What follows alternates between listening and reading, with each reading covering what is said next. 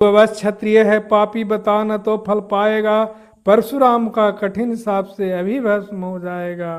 क्षमा क्षमा है देव दयामय, गिरा कर्ण गुरु के पद पर, मुख विवर्ण हो गया। यानी उदासी छा गई, उसकी आभा समाप्त हो गई, अंग कांपने लगे भय से थरथर। सूत पुत्र हूं शूद्र कर्ण हूं, करुणा का अभिलाषी हूं, जो भी हूं पर देव आपका अनुचर अंतेवासी हूं।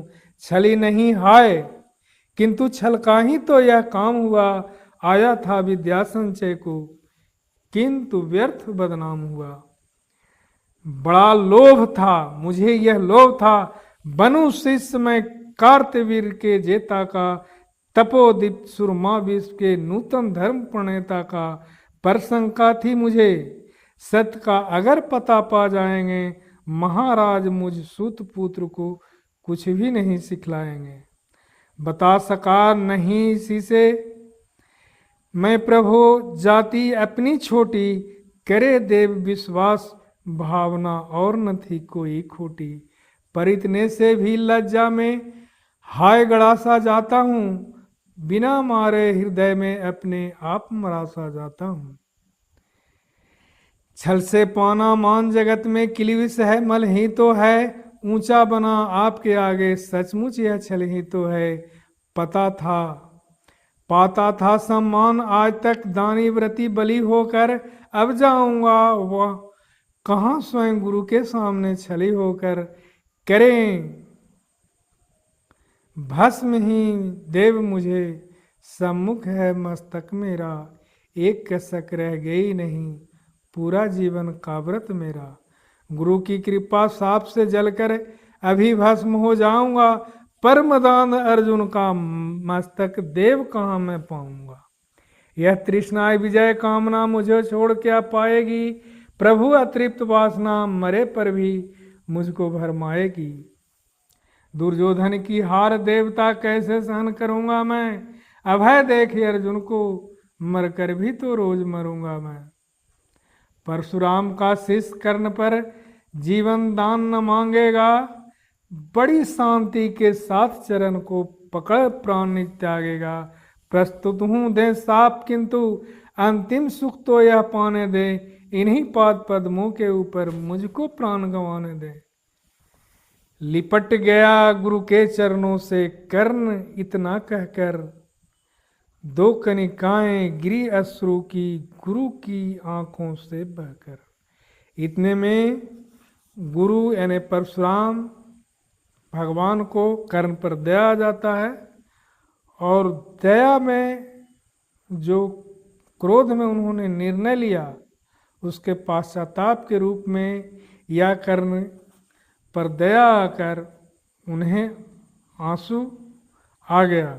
बोले हाय कर्ण तू भी प्रतिभट अर्जुन का नामी है, निश्चल सखा धृतराष्ट्र का सखा है और विश्व विजय का कामी है। अब समझा किस लिए रात दिन तू ऐसा श्रम करता था, मेरे शब्द शब्द को तन में क्यों सी पीसा धरता था। देखे अग्नित शिष्य द्रोण को भी कर्तव्य कुछ सिखलाया, पर तुझसा जिज्ञासु आज तक कभी नहीं मैंने पाया। आज भी जो शिष्य जो प्राणी लक्ष्य को पा लेता है, लक्ष्य उसका उद्देश्य बन जाता है, सबसे ज्यादा कष्ट सहने के लिए तैयार हो जाता है। उसी तरह से कर्ण का लक्ष्य था अर्जुन से युद्ध करना, उसी लिए बहुत भयानक कष्ट को भी भोगने या की सहनशीलता सहनशील अपने को बना बैठा था। तूने जीत लिया था मुझको निज पवित्रता के बल से, क्या था पता लूटने आया कोई मुझको छल से। और किसी पर नहीं किया जैसा स्नेह मैं करता था, सोने पर भी धनुर्वेद का ज्ञान कान में भरता था। नहीं किया कार्पण्य दिया जो कुछ था मेरे पास रतन। इतना प्रेम कर्ण से कहते थे उसकी भक्ति पर, गुरु भक्ति पर, कि उन्होंने कुछ भी उसे देने से कंजूसी नहीं किया। नहीं किया कार्पण दिया जो कुछ था मेरे पास रतन, तुझ में निज को सौंप शांत हो, अभी अभी पर मुदित था मन। पापी बोल अभी भी मुख से, तू न सुत रथ चालक है, परशुराम का शिष्य विक्रमी, विप्र वंश का बालक है। अभी भी भ्रम होता है, जब कोई विपत्ति आती है तो हम लोग सोचते हैं, यह हर मानव सोचता है कि कुछ इसमें से अच्छा होगा।